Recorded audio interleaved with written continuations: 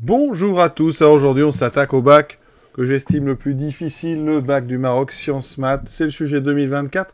On est sur le très bel exercice d'analyse, on est sur les fonctions 7,5 points, il y a beaucoup de travail, il va pas falloir traîner, si on veut pas que ça dure des heures. On va étudier aujourd'hui une fonction définie sur l'intervalle donc fermé 1 plus infini. Pour x entre 1 et plus infini ouvert en 1, vous avez ln de x sur x carré moins 1, et f de 1 est donné égal à 1 demi. Donc comme d'habitude, assez classique, on va étudier la continuité en 1, la dérivabilité en 1. Donc c'est l'objet de la première partie, vous voyez ici, les questions 1, 2, 3 et 4, continuité et dérivabilité en 1, avec passage par le théorème des accroissements finis et des belles limites. Ensuite, on va s'attaquer à des intégrales. On va encadrer la dérivée de f, dresser son tableau de variation, enfin le tableau de variation de f, tracer la courbe. Voilà, et ensuite, on finira par, ici, des petites suites assez classiques, avec donc des suites ici contractantes. Donc on est parti. Exercice 1, première question, continuité de f à droite en 1. Voilà, et comme on m'a demandé récemment, agrandissement du texte, pour que ça soit lisible. Alors, ici, donc, notre expression, 1 de x sur x carré moins 1, f de 1 égale 1 demi, pas mal de transformations, d'accord. Donc ici, 4 questions pour l'instant. On a donc 2 points, 3 points. Donc là, il y a 3 points sur tout ça. C'est pas beaucoup pour le travail que ça représente. Question 5, 6, 7 et 8. Donc on a des intégrales ici. Alors c'est intégral de 1 à x. D'accord, 1 à x. Encadrement ici, un dérivé, encadrement de la dérivée, tracer la courbe. Donc j'ai répété déjà tout ça. Donc vous voyez bien le texte. Donc on est parti, je répète, avec la première question, la continuité à droite. On cherche ici à montrer que f est continu à droite en 1, donc on va chercher la limite de f de x quand x tend vers 1 en étant plus grand que 1. On va donc utiliser l'expression ln de x sur x carré moins 1. Alors, ln de x tend vers 0 en 1, il n'y a pas de problème, dessous aussi. Donc on a une forme indéterminée, 0 sur 0, donc il faut transformer un petit peu. Alors, il y a quelque chose qui est important dans le cours, c'est la limite donc de ln de x sur x moins 1. Alors combien elle vaut cette limite? Et quand x tend vers 1 en étant plus grand. Eh bien, regardez. On a ici, en fait, ce qu'on appelle un taux d'accroissement. C'est-à-dire qu'ici, vous avez la limite, quand x tend vers 1,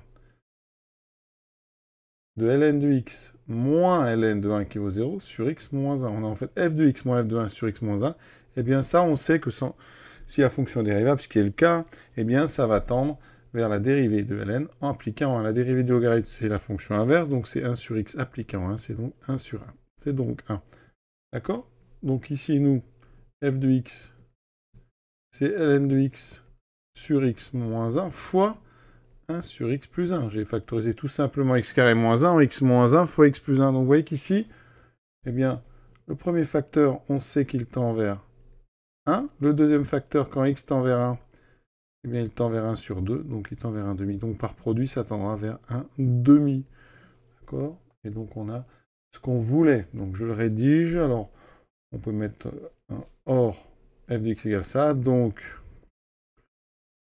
comme la limite de 1 sur x plus 1, quand x tend vers 1, vaut toujours 1 demi, même si on est positif ou plus grand ou plus petit que 1. Alors nous, ici, de toute façon, dans l'exercice, on est forcément plus grand que 1.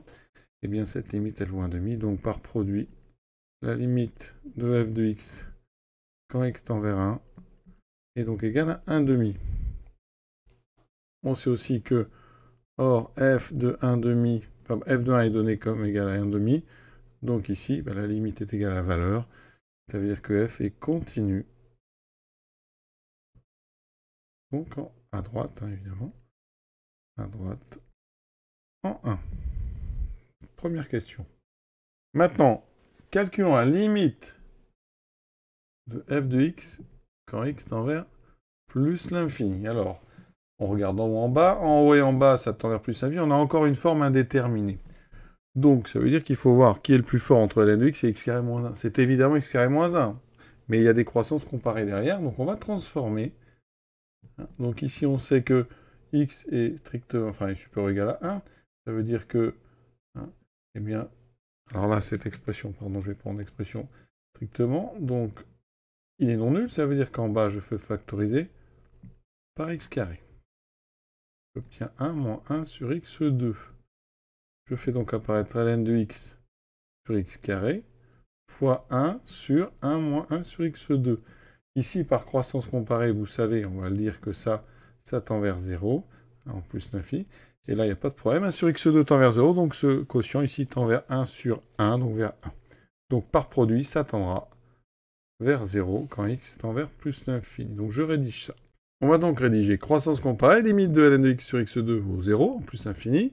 1 sur x2 tend vers 0, donc limite de 1 sur 1 moins x2 sur 1 moins 1 sur x2, ben c'est 1. Parce que le dessous tend vers 1 par quotient, ça fera du 1 sur 1. Et donc par produit, 0 et 1, ça tend vers 0.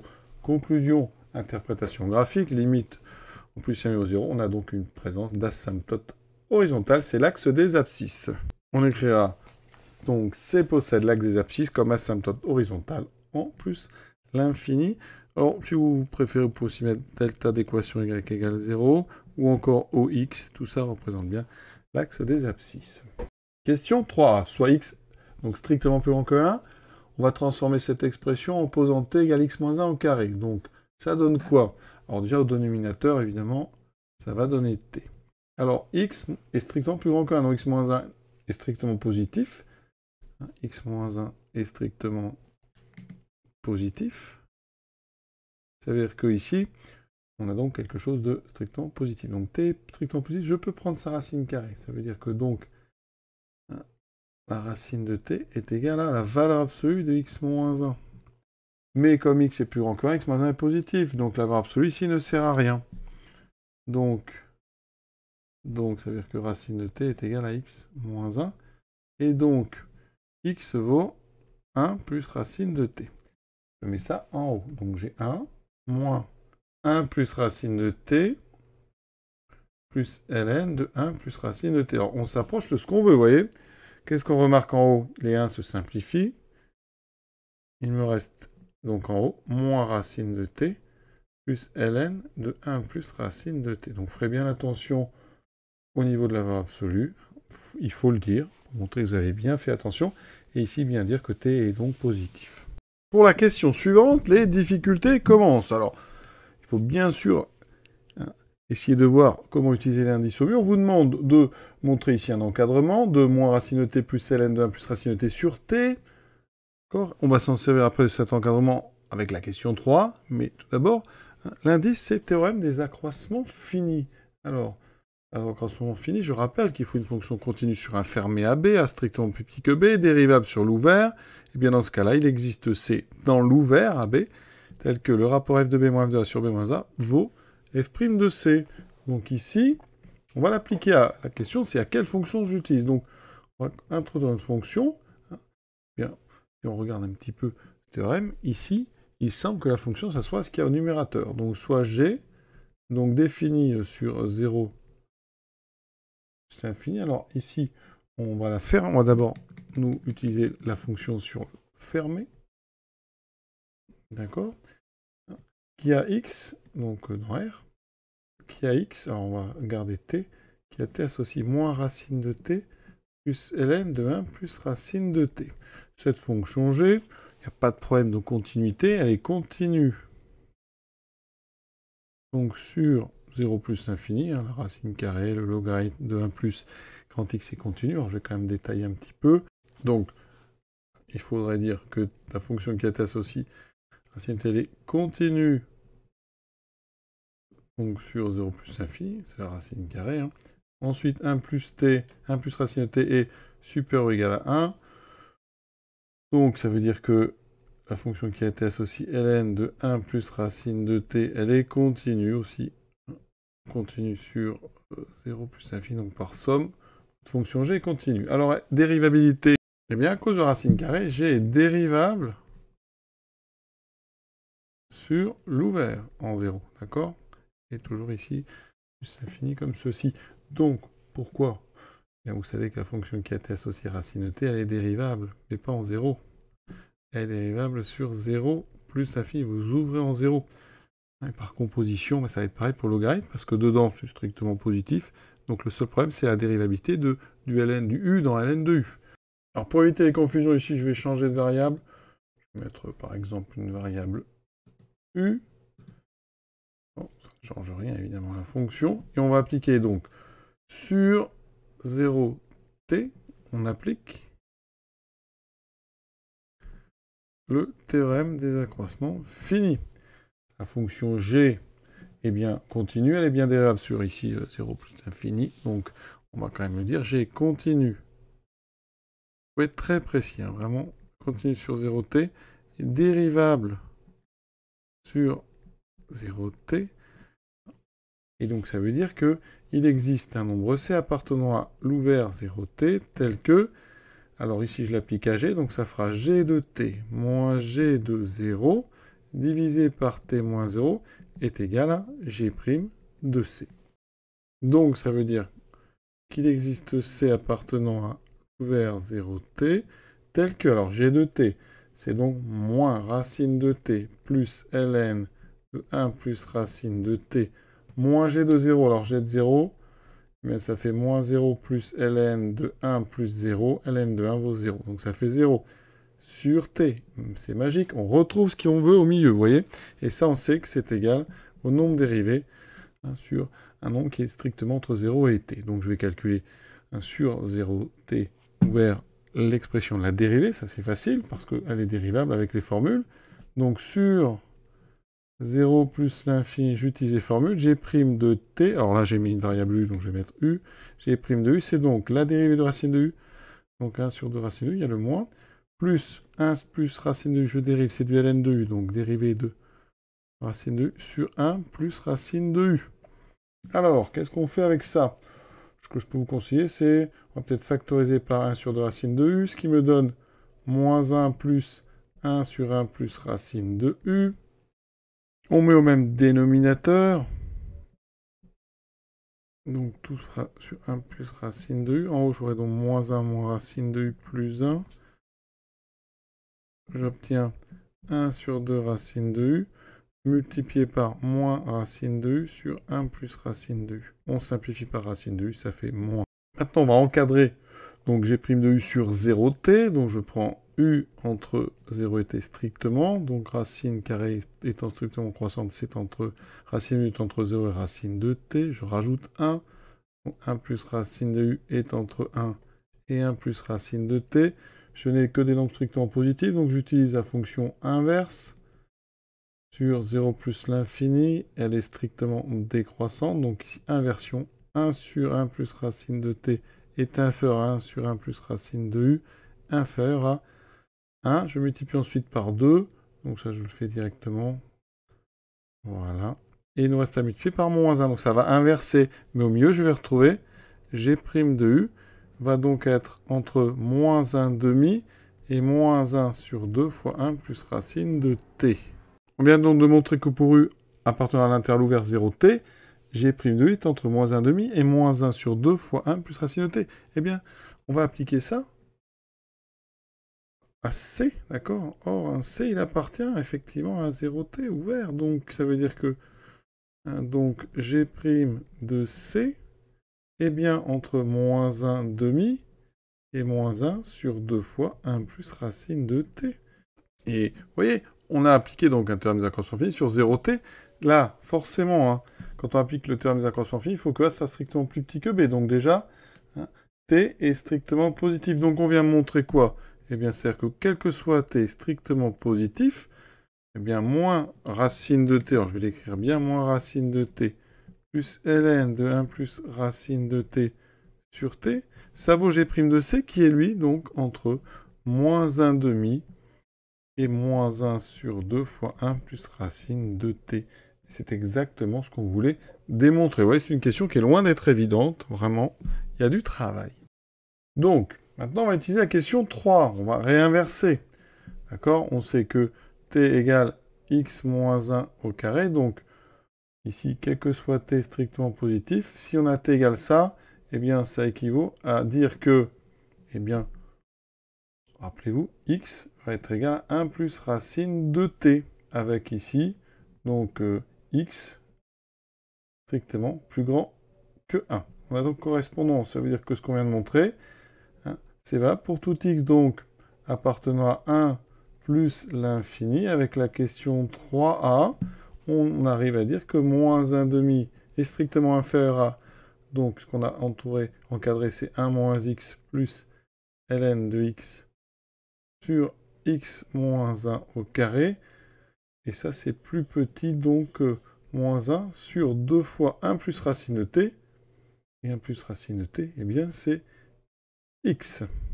Et on va faire tendre x vers 1. Et là, on remarque que la limite, quand x tend vers 1 en étant plus grand que 1, donc 1 plus, ça c'est ce qu'on demande, la limite de moins 1 sur 2x, c'est donc moins 1 sur 2. Donc on va appliquer le terme des gendarmes, parce que ici à droite, ça tend vers moins 1,5, c'est une constante de toute façon. D'accord? Et à droite, ça tend effectivement aussi vers moins 1,5. Quand x tend vers 1, on va mettre 1 plus. Et donc, théorème des gendarmes ou théorème d'encadrement, un passage à la limite dans un encadrement, eh bien, on vient de montrer que la limite, quand x tend vers 1, en valeur supérieure, donc 1 plus, de 1 moins plus ln de x, x moins 1 au carré, c'était égal à moins 1,5. C'est ce qu'on voulait. On avance bien. Question 4a. Alors, il y a un petit peu de travail aussi. On a f de x moins 1,5 sur x moins 1. Donc là, qu'est-ce qu'on fait? C'est f de x moins f de 1 sur x moins 1. C'est la dérivabilité de f en 1 là, qui nous intéresse. Donc on va d'abord transformer. Alors, vous avez une grosse expression ici. Donc je prends x plus encore 1.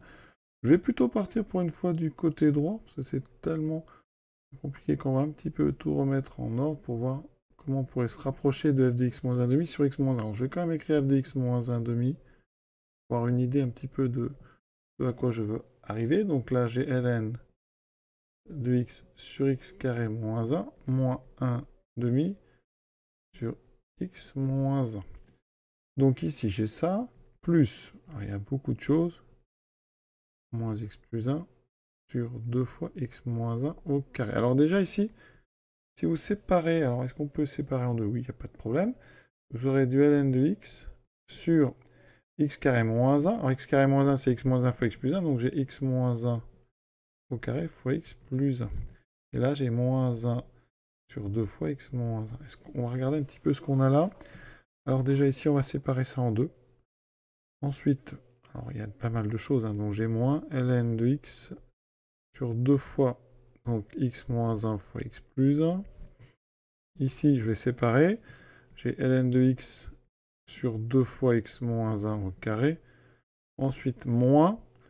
Donc en haut, j'aurai donc x moins 1, donc moins x moins 1 sur donc 2 fois x moins 1 au carré. Là, c'est pas mal ici parce que va apparaître le dernier terme. Ici, on va mettre au même dénominateur. Donc le dénominateur commun, ça sera 2 fois donc x moins 1 au carré fois x plus 1. Donc ça, c'est pas mal parce que c'est ce qu'il me faut.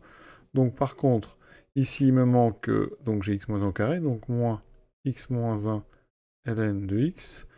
Ici, il me manque le x plus 1, moins, donc plus x plus 1 ln de x.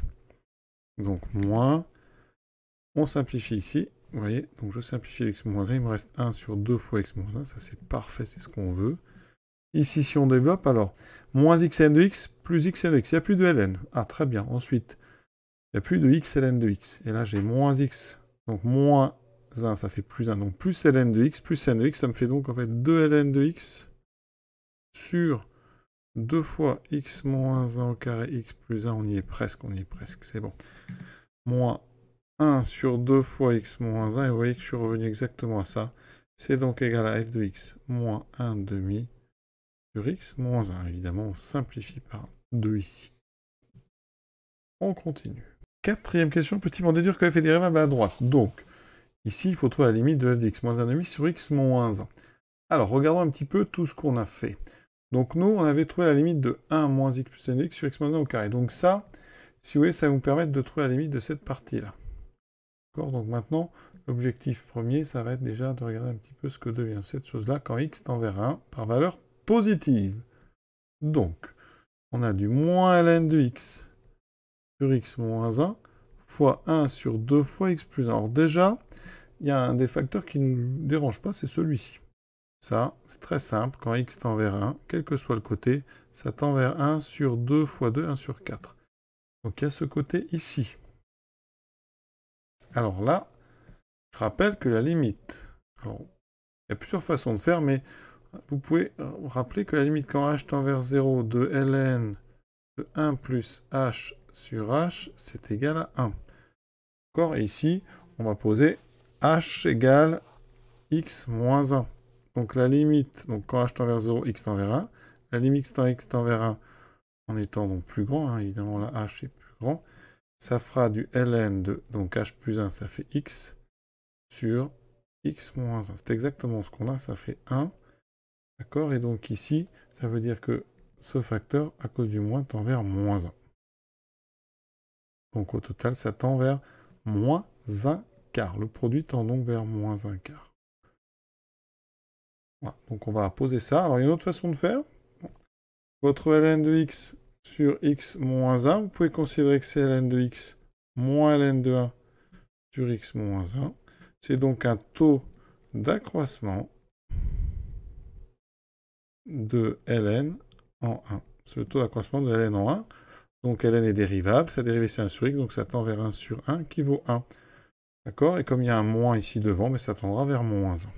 Donc j'ai présenté tout ça, c'est-à-dire que notre produit tend vers moins 1 quart. Ensuite, on avait cette partie où genre, j'avais vu l'opposé, mais en fait pas du tout, c'est exactement ce qu'on a. Hein. Alors juste l'ordre a été changé. Hein. On a effectivement donc 1 moins x plus nx sur 2 fois x. Alors il y a juste le demi ici, d'accord, qui est en plus. Ça, c'est donc effectivement 1 moins x plus ln de x sur x moins 1 au carré. Et donc ça tend vers moins 1 demi. D'accord? Quand x tend vers 1 plus. Mais vous, attention, il y a le... il est petit, mais ici vous avez un 2. Hein. D'accord? Donc il faut en tenir compte. Ça veut dire que la limite de ln de x moins x plus 1 sur 2 fois x moins 1 au carré, c'est donc moins 1 demi fois, donc 1 demi, moins 1 quart. Et donc, par somme hein, des deux, eh bien, la limite de notre rapport f de x moins 1 demi sur x moins 1, c'est moins 1 quart plus moins 1 quart, c'est donc moins 1 demi. Donc f est dérivable à temps 1, f' de 1 c'est moins 1 demi, et graphiquement, l'interprétation c'est que C possède au point A de coordonnées 1, 1 demi, une demi-tangente de pente moins 1 demi. On regarde ça rapidement sur GeoGebra. Voici ma courbe ici en rouge, hein, elle s'arrête évidemment juste avant 1. Et là vous avez cette tangente, alors je l'ai mis en entier, mais c'est qu'une demi-tangente, et la pente est bien de moins 1 demi. Question 5, maintenant on s'intéresse à deux expressions qui sont des intégrales, je les ai réécrites ici, intégrale de 1 à x de t carré moins 1 sur t cube dt, c'est i de x. J de x, c'est la même avec t carré ici, on est sur x supérieur ou égal à 1. Montrez tout d'abord cet encadrement de i de x qui serait entre 0 et j de x. Donc on va prendre soit x donc supérieur ou égal à 1.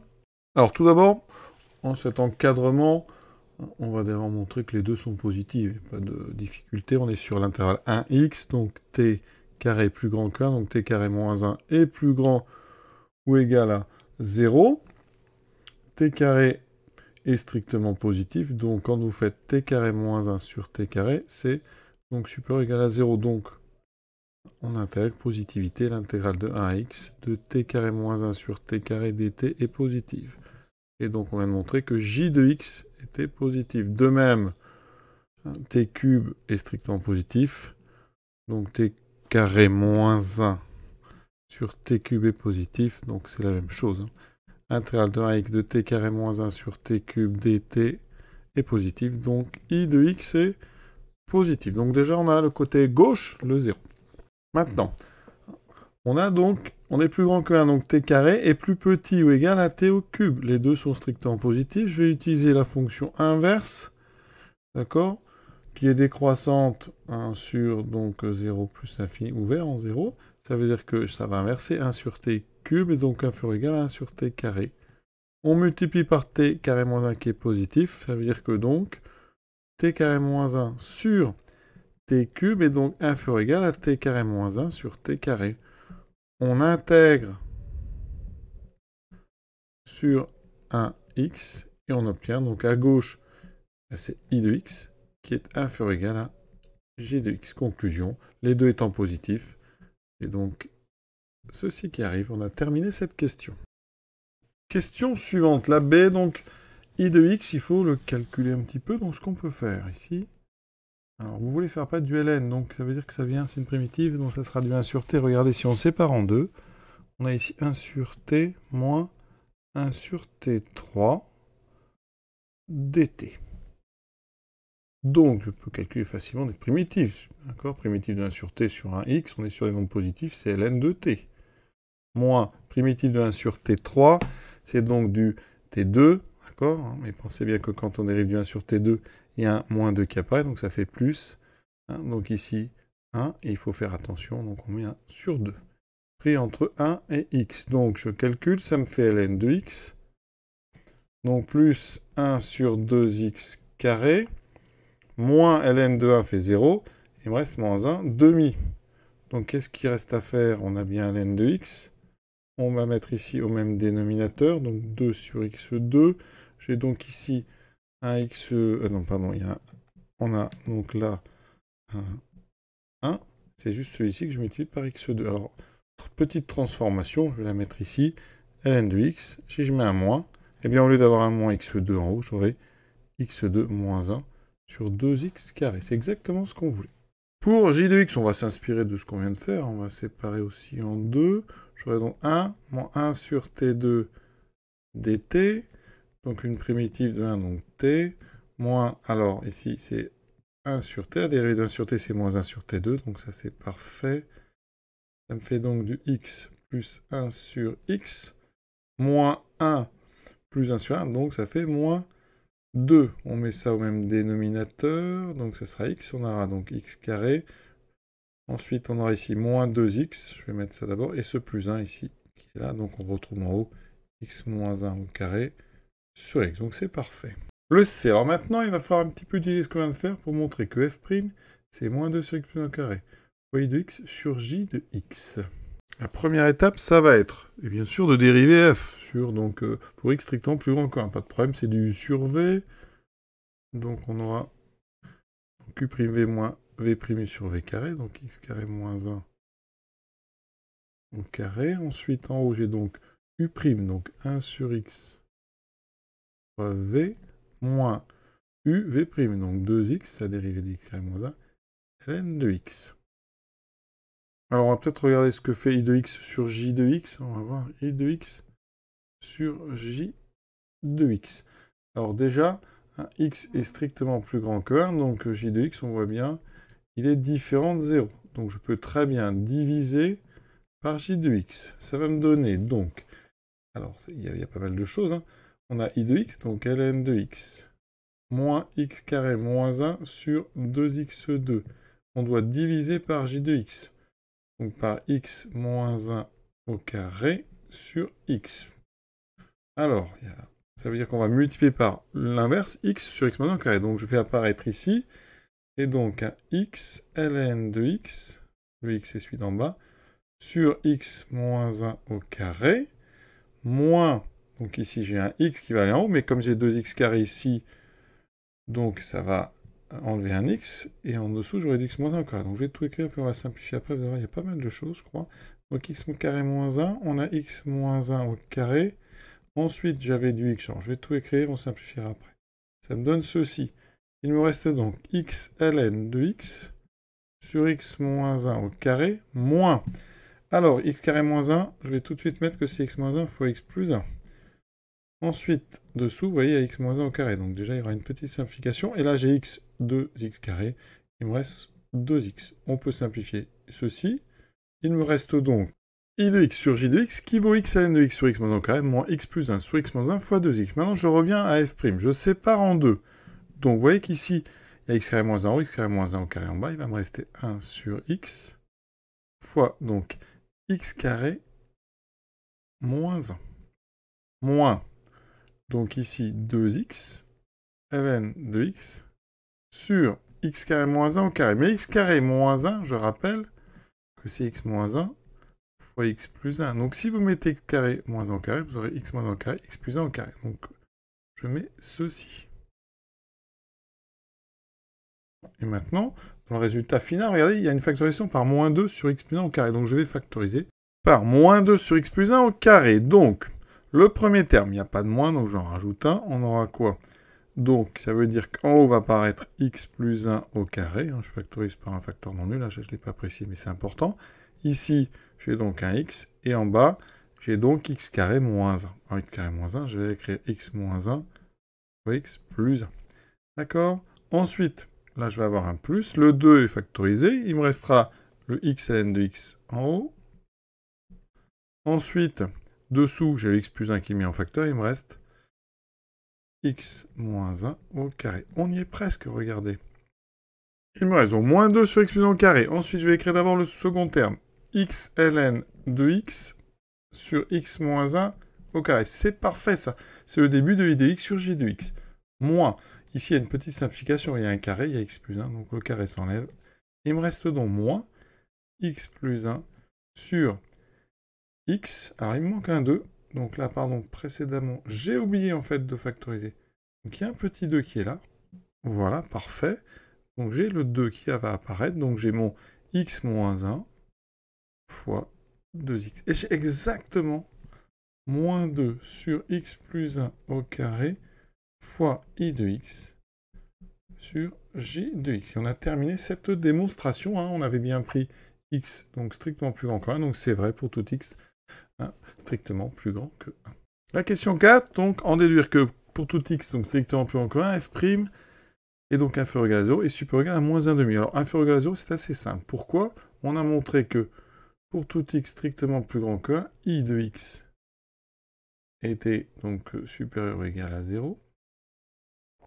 J de x, vous avez vu que c'était... on voit que c'est strictement positif. Parce que l'expression ici, x moins 1 au carré sur x, elle est strictement positive. Donc, ça veut dire que i de x sur j de x est strictement... enfin, est supérieur ou égal à 0, pardon. Un numérateur peut s'annuler. Voilà, ça veut dire que vous multipliez par moins 2 sur x plus 1 au carré. Donc, moins 2 sur x plus 1 au carré étant négatif, fois i de x sur j de x est donc inférieur ou égal à 0. Donc, déjà, f' de x est inférieur ou égal à 0. Première chose. Alors, on a montré que, pour tout x strictement plus grand que 1, i de x donc était positif et inférieur ou égal à j de x. J de x, vraiment j'insiste, c'est strictement positif. Donc si je divise ici par j de x, qu'est-ce que j'obtiens? 0, inférieur ou égal à i de x sur j de x, inférieur ou égal à 1. Ça veut dire que i de x sur j de x est toujours inférieur ou égal à 1. Alors, on a montré que, pour tout x strictement plus grand que 1, i de x donc était positif et inférieur ou égal à j de x.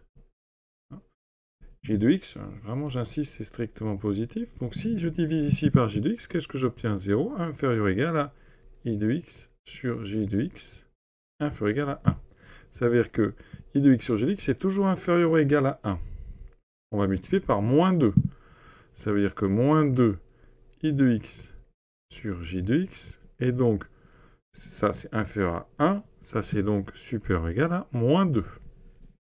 Ensuite, il faut que j'encadre donc le x plus 1 au carré, donc x, il est plus grand que 1, d'accord? Donc x plus 1 est strictement plus grand que 2. Donc j'utilise la fonction carré sur son domaine de croissance, x plus 1 au carré est donc supérieur à 4, et j'utilise maintenant la fonction inverse, là où elle est décroissante, donc 1 sur x plus 1 au carré est strictement plus petit que 1 quart, et c'est strictement positif. Alors, on me demande des inégalités larges, donc ici, c'est pas forcément la peine d'avoir du strict, donc c'est strictement plus petit que 4, c'est donc ici inférieur ou égal à 4. D'accord? Donc en multipliant, on a codé donc positif, j'obtiens que i de x sur j de x, donc fois 1 sur x plus 1 au carré, est donc inférieur ou égal à 1 fois 1 quart, c'est-à-dire 1 quart. Je n'ai plus qu'à multiplier par donc moins 2, donc ça veut dire que moins 2 sur x plus 1 au carré fois i de x sur j de x, multiplié par moins 2, donc ça va inverser le sens, c'est donc supérieur ou égal à moins 2 fois 1 quart, moins 2 sur 4, ça fait moins 1 demi. Ça veut dire que donc, ça c'est f' de x, f' de x est supérieur ou égal à moins 1 demi. C'est ce qu'on voulait faire, d'accord? On avait déjà montré que c'était négatif. Ça veut dire que donc f' est donc plus grand que moins 1 demi et inférieur ou égal à 0 pour tout x strictement plus grand que 1. Maintenant, la question qui nous intéresse, c'est de dresser le tableau de variation de la fonction f. Alors, on a montré que f' était entre donc moins 1,5 et 0. Alors, c'est négatif, mais pour la stricte décroissance, f' est négative évidemment, il va falloir voir quand est-ce qu'elle s'annule. Alors, je rappelle que f', d'après la question C, d'après la question 5C, eh bien f' s'annule, f' est égal à 0. On a ici des produits et des quotients. C'est forcément le numérateur qui s'annule. Donc, ça s'annule si i de x est égal à 0. Or, i de x est une intégrale de 1 à x. Et on sait que, donc, pour tout x, donc strictement plus grand que 1, t carré moins 1 sur t au cube est strictement positif. La fonction qui a t associée t carré moins 1 sur t au cube est continue. Donc, ça veut dire que l'intégrale de 1 à x de t au cube moins 1 sur t au cube, dt, elle est strictement positive. Donc, i de x est ici strictement positive. Donc, on vient de démontrer que pour tout x strictement plus grand que 1, f' de x est strictement négatif. Donc, on peut faire rapidement le tableau donc, de signe de f' et qui nous donnera le tableau de variation de f. Donc, j'ai ici x entre 1 et plus l'infini. On va mettre le signe de f'. Et on aura les variations de f. Alors, f' est donc strictement négatif. D'ailleurs, en 1, on avait vu que f' de 1, c'était donc moins 1,5. Et donc f, ici, est strictement décroissante. On avait vu que f était continu. F de 1, c'est 1,5.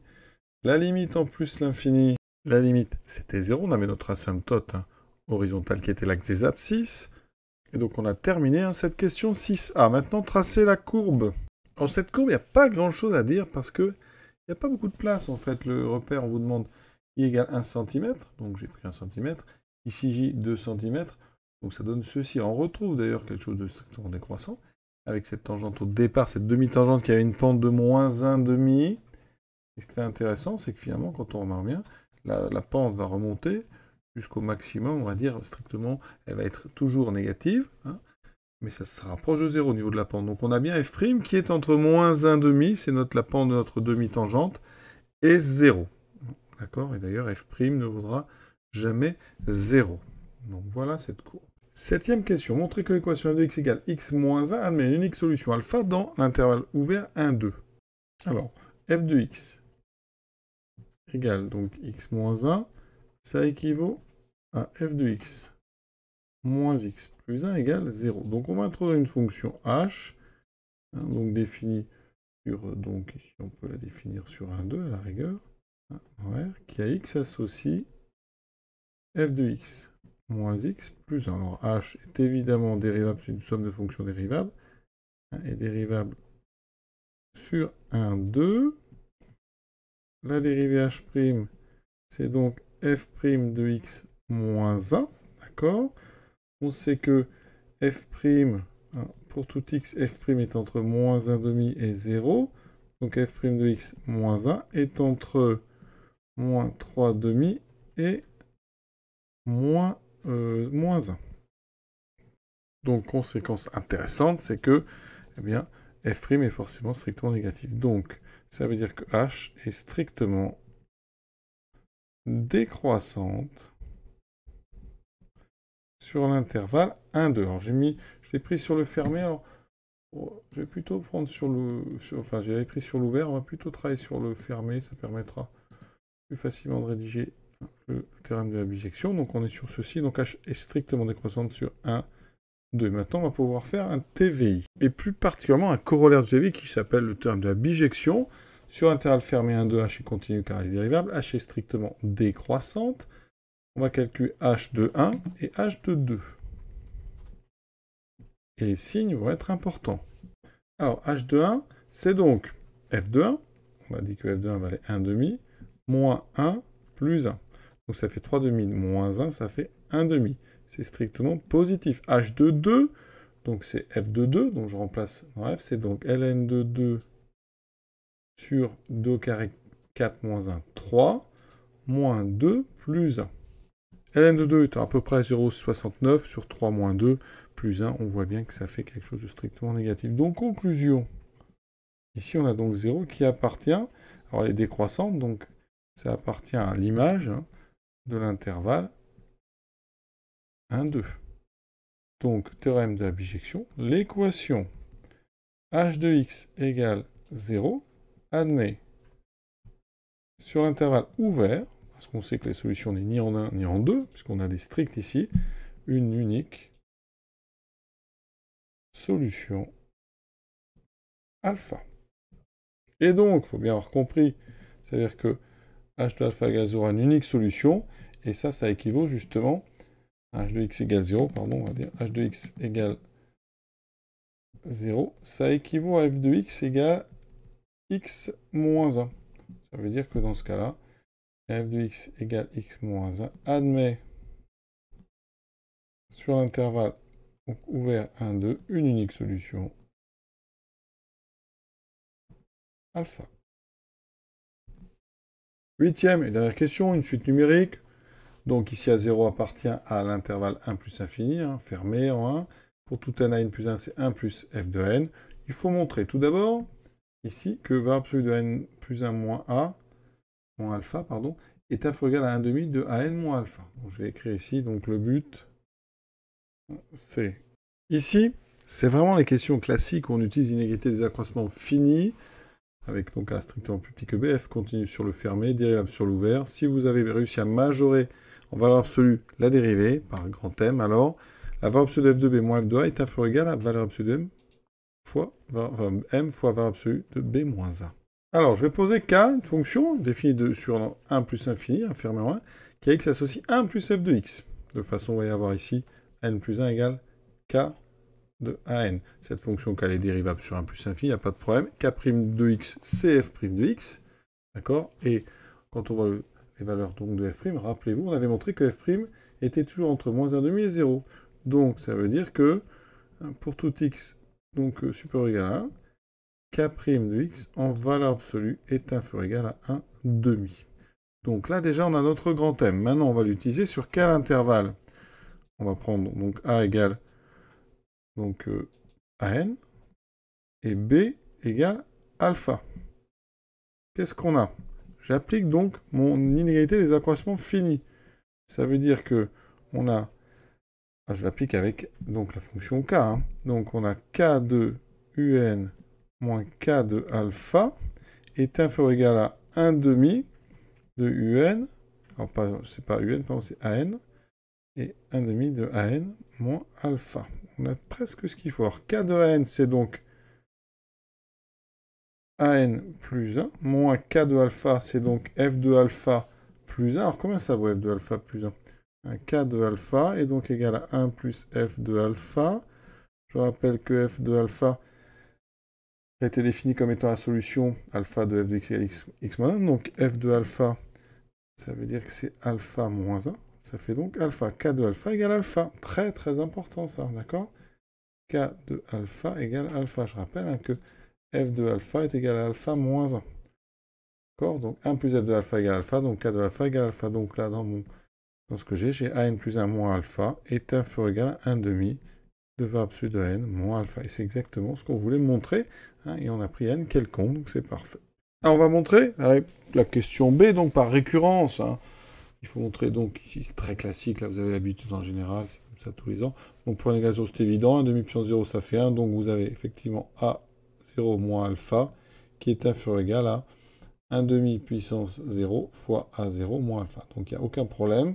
Maintenant l'hérédité. On suppose donc la propriété vraie pour un n, donc soit n appartenant à grand n tel que n moins alpha en valeur absolue est inférieur ou égal à 1 demi puissance n de valeur absolue de A0 moins alpha.